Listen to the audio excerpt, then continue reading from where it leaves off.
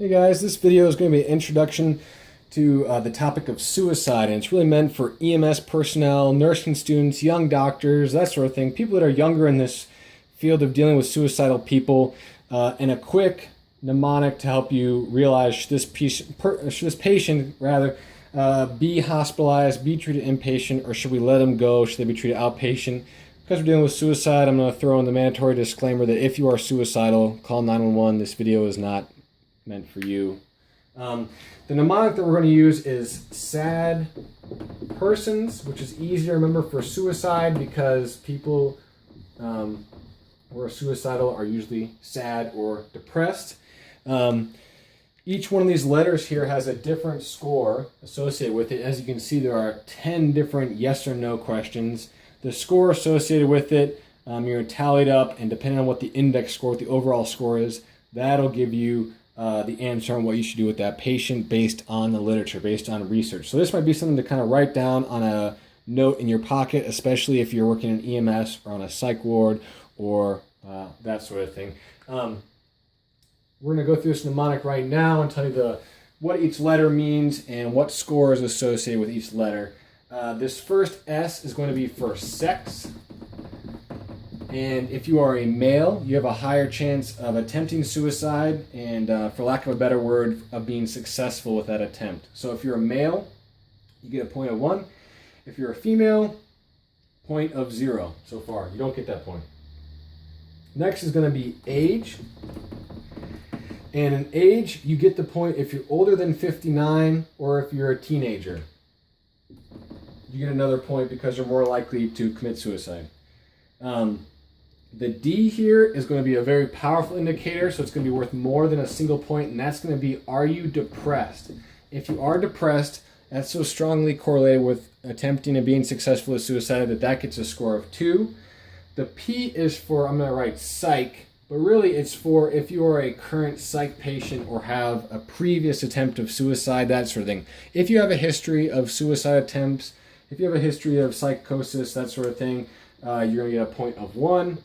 The E is for ethanol, but really it could mean any drugs, ethanol, alcohol, any other drugs on board, any sort of intoxication. If you do indeed have that, you're going to get a point. R is for rational thinking and the lack thereof. So I'm going to put this X. If you lack rational thinking, if you are not thinking right, if you're psychotic, you're going to get a score of 2 because lacking rational thought is so strongly correlated with suicide attempt and suicide success. This first S of persons is going to be single. And as you know, being single can have different forms. You could be divorced, you could be widowed, you could be never married, no support system, that sort of thing. Single is going to have a point of 1. O is organization. And organization in this context means plan. So do you have the gun, and is it loaded, and is it in your hand? Well, you are a very organized person attempting suicide, as opposed to someone who does not own a firearm and does not own ammunition, doesn't know anyone that has it, and has never handled one, doesn't know how to load one. Well, their plan to shoot themselves is not very organized. That's going to be a score of 2 if you are organized. So far, the strongest indicators we have of whether or not this suicidal patient is going to kill themselves is, are they depressed, do they lack rational thought, and are they organized? The last 2 parts of our mnemonic here, the N and the S. The N is for no support, which is kind of similar to being single. So you can almost think of this as being a 2-pointer for having no support or being single, not having a family, that sort of thing.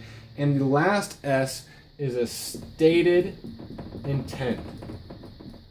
So now for those students of psychiatry, I like to think of organization as being like your plan and stated as being ideation. And this is another 2, and that's the reason why I draw so much attention to it. So really when you're dealing with someone, the first questions I think about are they depressed? Do they lack rational thought? Are they not rationalizing their way through this? Are they organized, or do they have a plan? And have they stated that they're going to do it, / do they have positive suicidal ideation? And now you add up these 10 questions, right? So let's say they have a certain number of them positive and a certain number of them negative. So let's say they have all of them except their 35 or that sort of thing. You get this index score, right? You get this score and you're like, well, what do I do with that now? Mr. Med School Made Easy. And I'm going to tell you what you do with it. If it's greater than 8, hospitalize them. This is where they're going to be admitted to the hospital, usually against their will. They're going to be locked with suicide watch, that sort of thing. So I'm going to say inpatient. If it is a score of 6 to 8, that means get psych, call them, get a psych consult, don't let the person leave. We're not sure if we're actually going to hospitalize them, but this needs to be worked up by a psychiatrist or by someone that is skilled in dealing with suicidal people. This is not someone that's going to be able to be treated on an outpatient necessarily, at least at this point. And if they're 5 or lower, then that's going to be someone that you can probably let them go home and treat them on an outpatient basis.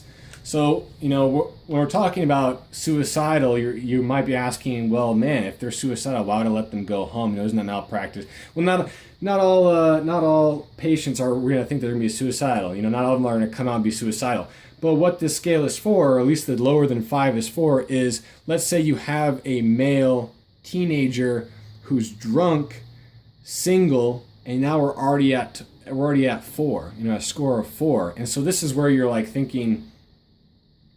This is where things get dangerous, and this is where you kind of have to worry about what's then going to push them into the threshold of, getting a psych consult or being treated, and that's where you get into these more like being depressed, that sort of thing.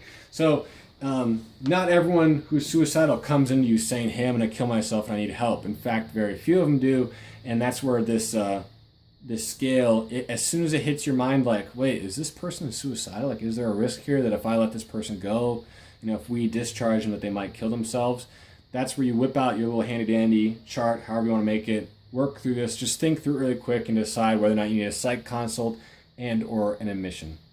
And that is the Sad Person's Mnemonic, an introduction to how successful, I hate using that word, but how successful a suicidal person might be. Thank you.